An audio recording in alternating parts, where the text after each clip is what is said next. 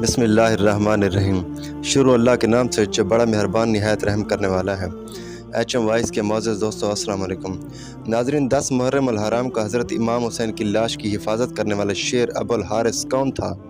حضرت امام حسین کے بچپن میں پالے ہوئے اس شیر کو کیوں چھوڑ دیا گیا تھا؟ اور جب اس شیر کو چھوڑ دیا گیا تھا تو وہ اتنے دن کہاں رہا تھا؟ اور پھر کربلا میں یہ کس طرح پہنچا اور یزیدی فوج کے ساتھ اس شیر نے کیسا سلوک کیا؟ ان تمام باتوں کو جاننے کے لیے ویڈیو کو اینڈ تک ضرور دیکھیے گا۔ ناظرین، حضرت امام حسین نے ایک چھوٹا سا شیر پالا ہوا تھا جس سے وہ بے حد محبت کرتا تھا اور اس کی خوب دیکھ بھال کرتا تھا۔ حضرت امام حسین کا گھر مسجد کے پاس تھا اور اس کا شیر گھر سے باہر بیٹھا رہتا تھا۔ وقت گزرتا گیا اور شیر جوان ہو گیا۔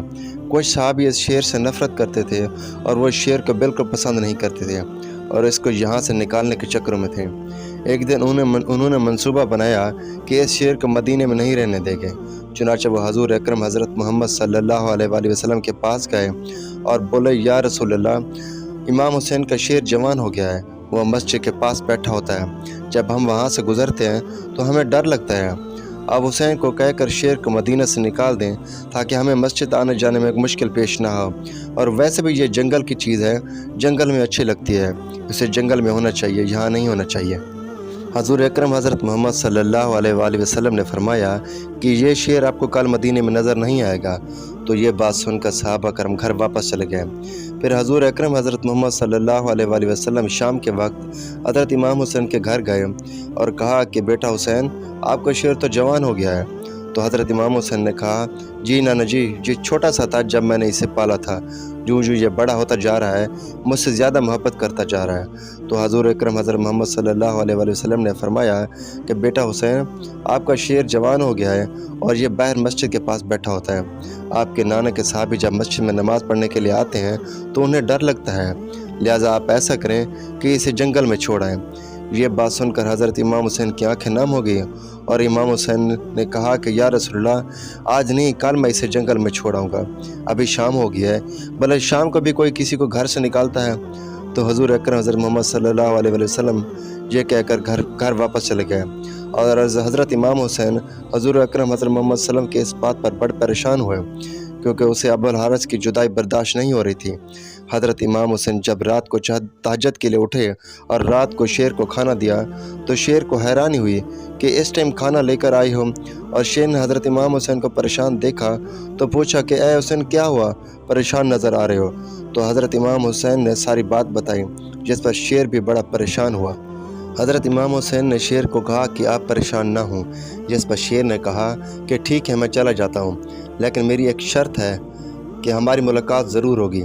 تو حضرت امام حسین نے کہا کہ ٹھیک ہے، ٹائم نوٹ کرو، 61 ہجری 10 محرم الحرام کو کربلا کے میدان میں، وہاں پر آپ کو ایک آواز دی جائے گی اور آپ آ جانا۔ تو شیر پوچھنے لگا کہ کون آواز دے گا، آپ آواز دیں گے؟ تو فرمایا نہیں۔ تو شیر نے کہا، آپ کا بھائی غازی عباس؟ فرمایا نہیں۔ تو پوچھنے لگا کون آواز دے گا؟ تو حضرت امام حسین رو کر کہنے لگے کہ میری 4 سال کی بچی سکینہ آواز دے گی یا ہماری اماں فیضا۔ چنانچہ 61 ہجری 10 محرم الحرام کا دن آیا، کربلا کا میدان تھا۔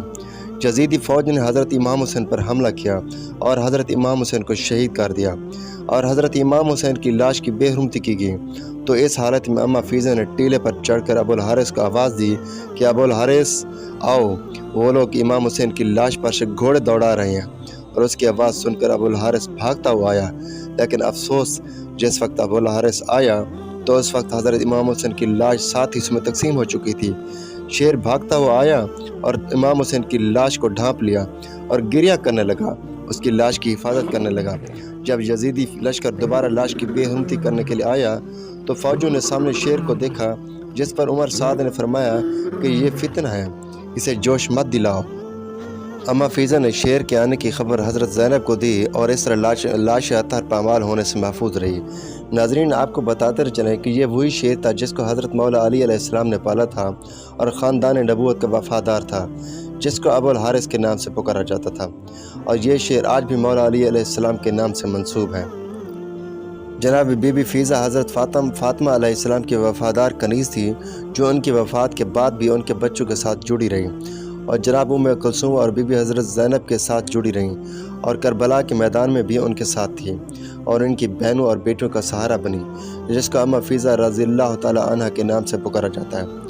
حضور اکرم حضرت محمد صلی اللہ علیہ وآلہ وسلم نے اپنی زندگی میں ام حفیظہ کو 3 دعاؤں کی قبولیت کی سند بخشی تھی۔ ان میں سے 2 دعائیں وہ کربلا سے پہلے مانگ چکی تھی اور تیسری دعا انہوں نے کربلا میں مانگی تھی جب یزیدی لشکر حضرت امام حسین کی لاش اطہر کو دوبارہ پامال کرنے والا تھا، تو ام حفیظہ نے ابو الحارث کو بلا کر لاش اطہر کو پامال ہونے سے بچایا تھا۔